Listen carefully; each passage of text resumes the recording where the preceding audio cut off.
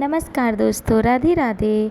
आज हम लोग जानेंगे निर्जला एकादशी व्रत कब है और इस व्रत की कथा क्या है। और जो भी आपके सवाल होंगे कमेंट में ज़रूर करिए।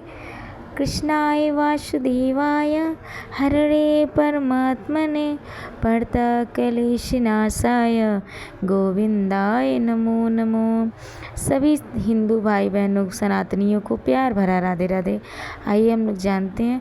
बहुत लोग कह रहे हैं 25 को है, बहुत लोग कह रहे हैं 24 को है, कोई कह रहा है 26 को है, लेकिन 25 तारीख को दिन गुरुवार के दिन निर्जला एकादशी व्रत है, जिसको हम लोग भीमसेनी एकादशी भी कहते हैं।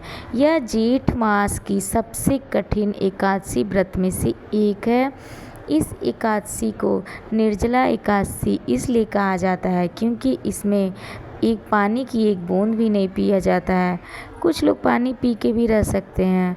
जो नहीं व्रत कर सकता बिना पानी के, उसको वह पानी पी के भी रह सकता है। कुछ लोग ज़्यादा परेशानी होता हो जिनको व्रत रखने में, वह फल फ्रूट भी खा के रह सकते हैं, एक टाइम पानी भी पी के रह सकते हैं। लेकिन बहुत सारे ऐसे लोग हैं जो बिना पानी के भी रहते हैं, इसलिए इसको हम लोग निर्जला एकादशी कहते हैं। इसमें बहुत सारे नियम हैं। नियम के अनुसार ही एकादशी व्रत को हमें करना चाहिए। इस एकादशी व्रत में ब्रह्म मुहूर्त में उठकर स्नान करके गंगा जल मिला के ओम नमो भगवते वासुदेवाय नमः बोलते हुए स्नान करें। उसके बाद इस व्रत का संकल्प लें। फिर संकल्प लेने के बाद कहीं भी आप जा सकते हैं, मंदिर पे या घर पे ब्राह्मण को बुला के। इसमें दान करने की बहुत बड़ी परंपरा है और बहुत बड़ा नियम भी है। इसमें आप इच्छा अनुसार दान कर सकते हैं। बहुत से लोग बहुत कुछ दान करते हैं। और इस एकादशी व्रत में 5 तरह का फल, मटके में जल, उस पे गुड़ या चीनी रख लीजिए कटोरी में करके, और एक किसी भी ब्राह्मणों से जिससे आप कथा सुने उस ब्राह्मण को दान करिए। इसमें पंखा और छाता दान करने का भी बहुत विशेष नियम है, क्योंकि कहते हैं जेठ की गर्मी में जूता और छाता जिस मनुष्य ने दान कर दिया, उसको भी उस जेठ की गर्मी में भगवान छाता और जूता का सुख देते हैं। इसलिए हमें छाता और जूते का अवश्य दान करना चाहिए, और पंखे का, क्योंकि आप लोग भी समझ सकते हैं कि बिना पंखे का हम लोग 1 मिनट भी नहीं रह सकते हैं, इसीलिए हम लोग पंखे का दान अवश्य करते हैं। उसके बाद पानी के बिना जेठ में कोई नहीं रह सकता, इसलिए इस दिन हमें पानी का भी दान करना चाहिए। मटके में पानी दीजिए, बॉटल में भर के पानी दीजिए, गरीबों को पानी दीजिए।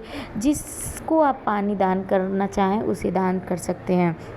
उसके बाद से आप व्रत की कथा सुनिए। कथा सुनने के बाद आप लोग अपने अपने घर पे आइए और अगले दिन पारण का विशेष मुहूर्त देखकर सूर्योदय के बाद पारण करिए। और पारण करने से पहले ब्राह्मण को अपनी शक्ति के अनुसार उसे भोजन कराइए, दक्षिणा दीजिए। और अगर आपके आसपास ब्राह्मण ना हो और ब्राह्मण नहीं आ पा रहे हैं, तो आप उनके खाने, एक ब्राह्मण या 2 ब्राह्मण के खाने के अनुसार सीधा जो चावल दाल आटा जो भी आप निकाल के रख सके वो निकालिए। गौ माता को रोटी खिलाइए।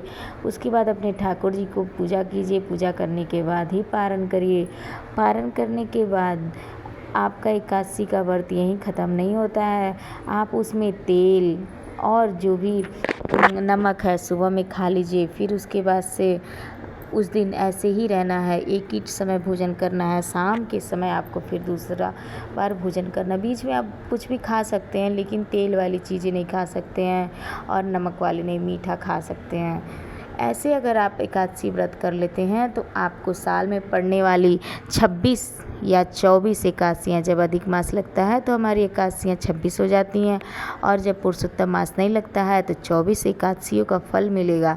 इसलिए आप लोग नियम के अनुसार इस एकादशी का व्रत कीजिए और साक्षात भगवान विष्णु को प्रसन्न करने के लिए और माता लक्ष्मी की कृपा पाने के लिए अपने इस व्रत को पूरा करिए और मोक्ष प्राप्त करिए, वैकुंठ में वास करिए। चलिए अब हम लोग इस एकादशी की कथा को सुनेंगे। इस एकादशी की कथा बहुत ही प्यारी है। आप लोगों ने कई बार सुना भी होगा कि जब 5 पांडव जो थे, 5 पांडव में एक पांडव थे भीम। भीम बिना भोजन किए नहीं रह पाते थे। उनको खाने के लिए इतना भूख लगता था कि वो कभी व्रत ही नहीं कर पाते थे। एक बार सभी लोग बैठे थे और वेद व्यास जी कथा सुना रहे थे। वेद व्यास एकादशी के बारे में बता रहे थे। उन्होंने बताया कि एकादशी के दिन जो भी मनुष्य भोजन ग्रहण करता है, अन्न ग्रहण करता है, उसे बहुत विशेष दोष लगता है, पाप लगता है। इसलिए बच्चों और बूढ़ों को छोड़ के एकादशी के दिन किसी को अन्न ग्रहण नहीं करना चाहिए। इस बात को भीमसेन जी ने सुना और उन्होंने कहा, वेद व्यास जी, मैं तो मेरे घर पे माता कुंती, द्रौपदी और मेरे चारों भाई सभी लोग व्रत रख लेते हैं, लेकिन मैं ये व्रत नहीं कर पाता हूँ। हर एकादशी के दिन मैं अन्न ग्रहण जरूर कर पाता हूँ। आप ऐसा कोई उपाय बताइए जिससे मैं इस पाप से मुक्त हो सकूँ और मैं साल में सिर्फ एक ही व्रत कर सकता हूँ। ऐसा कोई व्रत हो तो मुझे प्लीज़ कृपया करके बताइए। तब वेद व्यास जी ने कहा, ऐसा तो कोई व्रत नहीं है, लेकिन हाँ, साल में पड़ने वाली जेठ की निर्जला एकादशी है, जिसको अगर तुमने कर लिया तो तुमको 26 या 24 एकादशी व्रत करने का फल प्राप्त हो जाएगा। तो भीमसेनी ने जी पूछा, हाँ हाँ ज़रूर, क्यों नहीं, मैं यह एकादशी ज़रूर करूँगा। तब उन्होंने पूछा कि इस व्रत का नियम क्या है। तो उन्होंने बताया, इस व्रत में बिना पानी पिए सूर्य उदय जब होता है उस दिन से बिना पानी पिए अगले दिन सूर्य उदय होने तक बिना पानी पिए रहना है। तो भीमसेनी जी ने कहा, हाँ हाँ क्यों नहीं, मैं रह सकता हूँ, एक दिन तो मैं अपनी इस पेट के भूख को शांत कर सकता हूँ।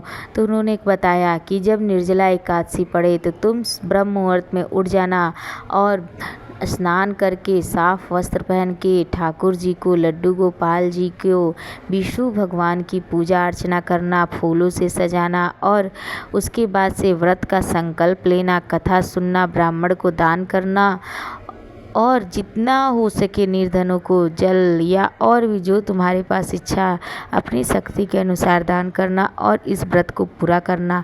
फिर अगले दिन सूर्योदय होने पे ही तुम इस व्रत का पारण करोगे। पारण करने से पहले तुम किसी भी ब्राह्मण को भोजन कराना, भोजन कराने के बाद ही तुम भोजन ग्रहण करना, दक्षिणा देने के बाद ही तुम ग्रहण करना। भीमसेनी ने कहा, हाँ हाँ क्यों नहीं, मैं इस व्रत को अवश्य करूँगा। जो जल में निवास करने वाले भगवान विष्णु की पूजा करता है एकादशी के दिन, वह सहज में ही मोक्ष को प्राप्त हो जाता है और उसकी 100 पीढ़ियाँ तर जाती हैं और वह वैकुंठ में वास करता है। निर्जला एकादशी में रात्रि जागरण भजन का भी विशेष महत्व है, इसलिए इस दिन रात्रि में जागरण करें, भजन करें और ऐसे अपनी 100 पीढ़ी आने वाली और 100 पीढ़ी जो बीत चुकी है उसकी 200 पीढ़ियों को तारने का बल इस निर्जला एकादशी में है। तो इसे अपने हाथ से न जाने दीजिए और बच्चों को भी हो सके तो इस एकादशी के व्रत को कराइए, क्योंकि इस दिन हमें अन्न ग्रहण नहीं करना चाहिए। बच्चे फल फूल खा के, प्रसाद खा के रह सकते हैं, लेकिन हाँ, उन्हें अन्न मत खाने दीजिएगा। ऐसी एकादशी बार बार नहीं आती है, साल में एक बार आती है, तो ऐसी एकादशी को हमें अवश्य करना चाहिए। आप सभी को अगर हमारी वीडियो पसंद आती हो तो इसे शेयर ज़रूर करें, हमारे चैनल को सब्सक्राइब करें और कमेंट में जय श्री राधे अवश्य लिखें। राधे राधे।